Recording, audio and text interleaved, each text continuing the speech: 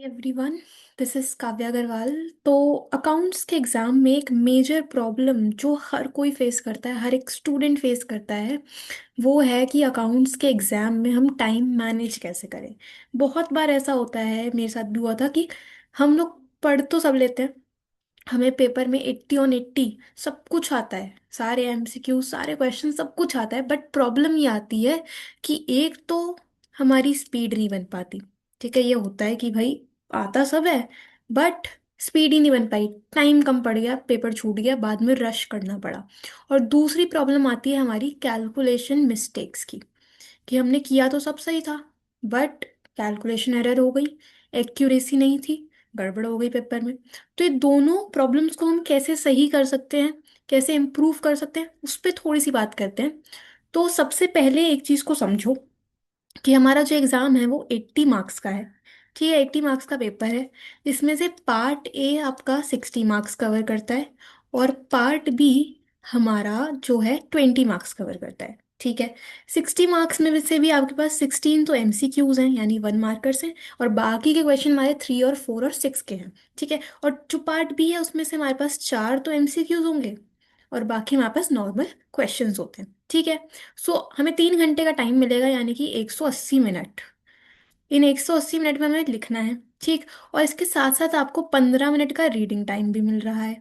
तो भाई reading time को हमें कैसे यूटिलाइज करना है, पहले तो ये देख लेते हैं।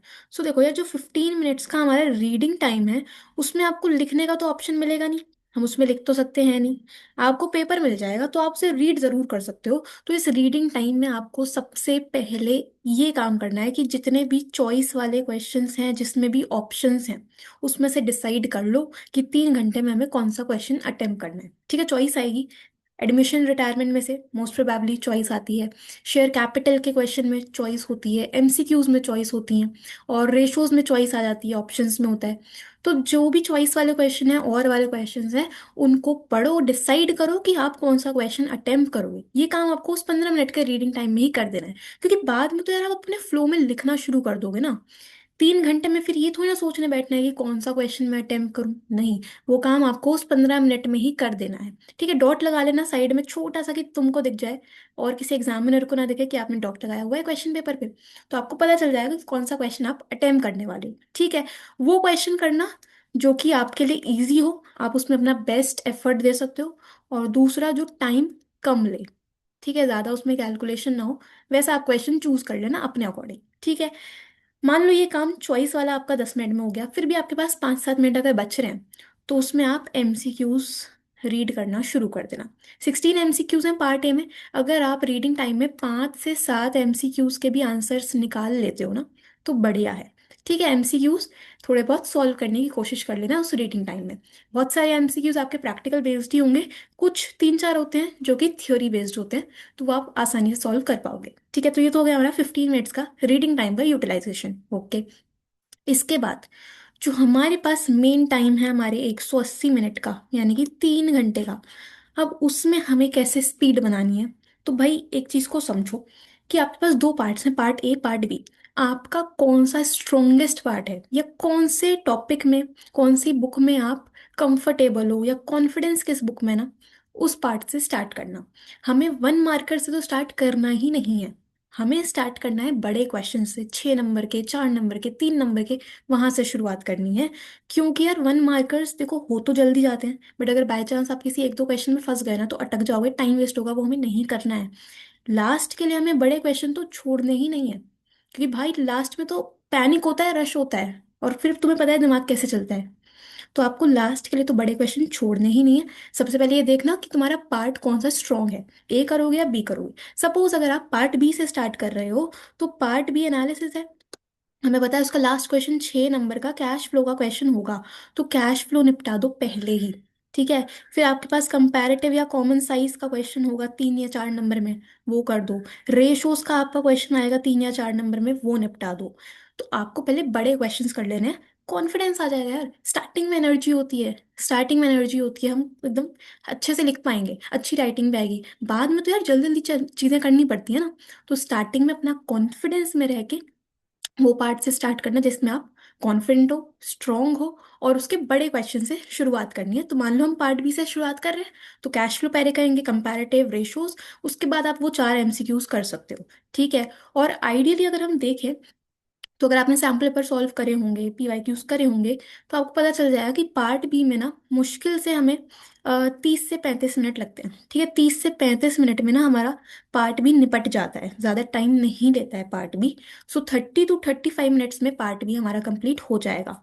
ठीक है। ओके।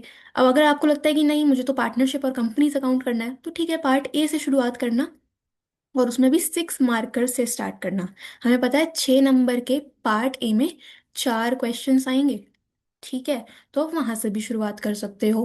कहने का मतलब है कि स्टार्ट करना है बड़े क्वेश्चन से, लास्ट में जाके हमें MCQs करने हैं। ठीक है। ओके। अच्छा, अब एक बार ये देख लेते हैं कि टाइम कितना कितना लगता है। ऑल दो कि हमारे पास देखो टोटल 180 मिनट है। ठीक है। तो हमारे पास आइडियली जो पार्ट बी है ना, उसे करने में तो देखो 30 मिनट लगते हैं। ठीक है। जो 6 मार्क के क्वेश्चन होंगे पार्ट नंबर ए में जो हमारे 6 मार्क के क्वेश्चंस होते हैं ना, वो मैक्स टू मैक्स आप एक क्वेश्चन 15 मिनट में निपटाओ। ठीक है, 6 मार्क का क्वेश्चन करने में आपको मैक्स टू मैक्स 15 मिनट्स ही लगने चाहिए। ऑल दो उससे कम ही हो जाएगा, मतलब 12 से 13 मिनट में एक क्वेश्चन हो जाएगा आसानी से। फंसते तब है जब हमें कोई एडजस्टमेंट समझ नहीं आ रहा, या कोई पॉइंट में कंफ्यूजन है, कैपिटल एडजस्टमेंट नहीं बन रहा, तब प्रॉब्लम होती है। बट अगर आपको पता है सब, तो आसानी से 12 से 13 मिनट में आपका एक 6 नंबर का क्वेश्चन हो जाएगा। ठीक है। तो मान लें 4 क्वेश्चन हैं 6 6 मार्क्स के, तो आप वो 6 मार्क के क्वेश्चंस जो हैं वो आप इजीली अपने 50 मिनट में निपटा दो। ठीक है, 4 क्वेश्चंस होंगे, 50 मिनट्स में आप कंप्लीट कर लोगे। हो जाएगा। ओके। इसके बाद हमारे जो 3 और 4 नंबर के क्वेश्चन बनेंगे पार्ट ए में से, उनको करने में आप 45 मिनट्स ले लो। मान लो, मैं आपको बस बता रही हूँ इतना इतना टाइम लगता है ऑल दो। ठीक। सो 45 मिनट्स में आपके 3 और 4 नंबर के क्वेश्चंस भी हो जाएंगे। अब कई बार 4 नंबर 3 नंबर में ना बहुत सिंपल क्वेश्चंस आते हैं जिसमें ज़्यादा कैलकुलेशन भी नहीं होती, जो आप इजीली 5 मिनट में कर सकते हो। जैसे कि WCR का ट्रीटमेंट आ गया, गुडविल निकालनी है, या फिर रियलाइजेशन अकाउंट की एंट्रीज हैं 4 नंबर में, तो वो करने में ज़्यादा टाइम नहीं लगता, 4 से 5 मिनट में निपट जाता है। ठीक है, तो आपको इतना ही टाइम लगेगा। ठीक है, देखो कितने हो गए हमारे पास, 50 + 30, 80 मिनट ये हो गए, तो 125 तो ये हो गए। टोटल आपके पास 180 मिनट हैं। ठीक है। और आप लास्ट में 15 मिनट अपना रीचेक के लिए बचा लो। 15 मिनट तो रीचेक के लिए बचा लो भाई, है ना। सो 30 + 50 + 45 + 15, 140 हो गए। अभी भी आपके पास 40 मिनट बाकी हैं जिसमें आप अपने 1 से लेके 16 MCQs कर सकते हो।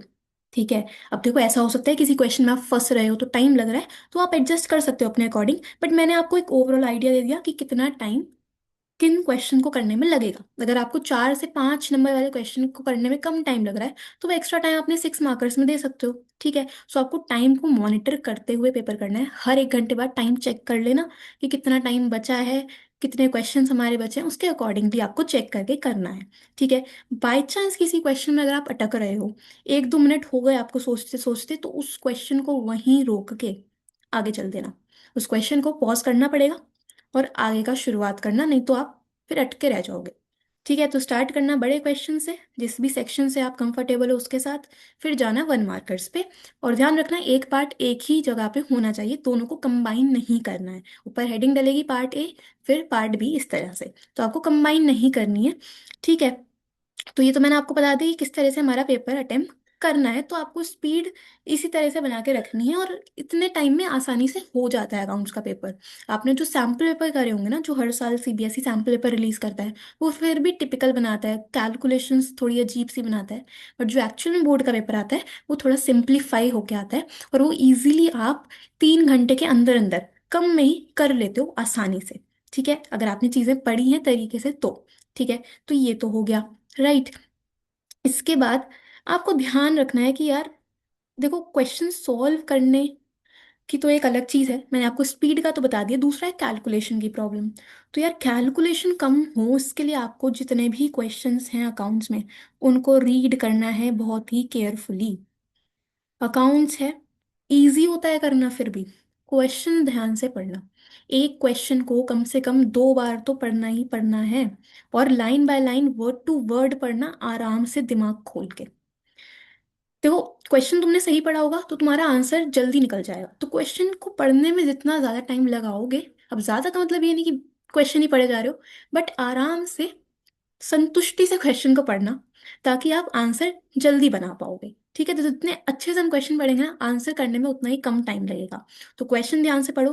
और कई बार होता है हम गिवन चीज़ें अपनी आंसर शीट में लिखते हैं, जैसे कि शेयर्स का क्वेश्चन है तो शेयर्स कितने अलॉटेड हैं, कितने अप्लाइड हैं, वो क्वेश्चन में गिवन है। हम उसको एज अ वर्किंग नोट अपनी आंसर शीट में लिखेंगे। तो वो डबल चेक कर लेना तुमने सही लिखे हैं अमाउंट। कई बार गलत लिख देते हैं।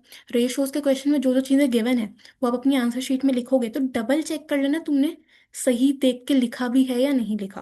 अदरवाइज पूरा क्वेश्चन गलत अमाउंट लेके कर दोगे, गड़बड़ हो जाएगी। ठीक है, तो डबल चेक कर लेना। क्वेश्चंस को पढ़ने में टाइम लगाना, आसान आराम से पढ़ना।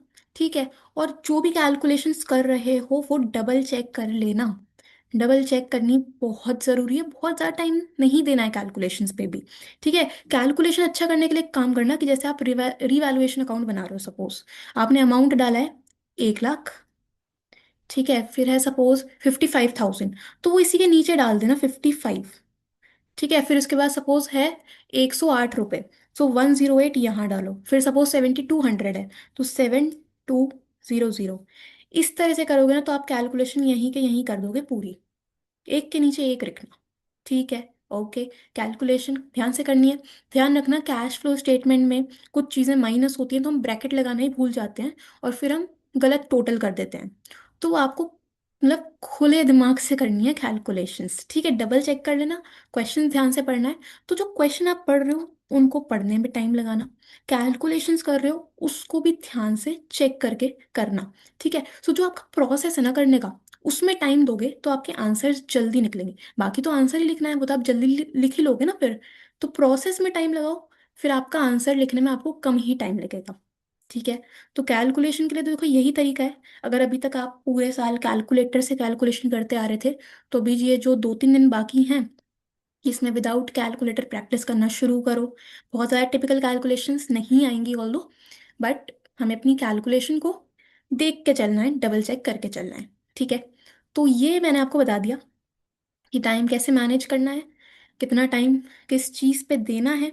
ठीक है, बाकी अगर आपके पास और कोई स्ट्रैटेजी है तो वो भी आप फॉलो कर सकते हो, बट अगर मैं एग्जाम करती तो मैं तो इसी तरह से करती। ठीक है, सो ऑल दी बेस्ट। बाकी पेपर इजी ही आना चाहिए, इजी ही आएगा, आपने पढ़ा है उसी के बेसिस पे ही आएगा। ठीक है, तो अच्छा ही जाएगा। Okay, all the best, thank you so much.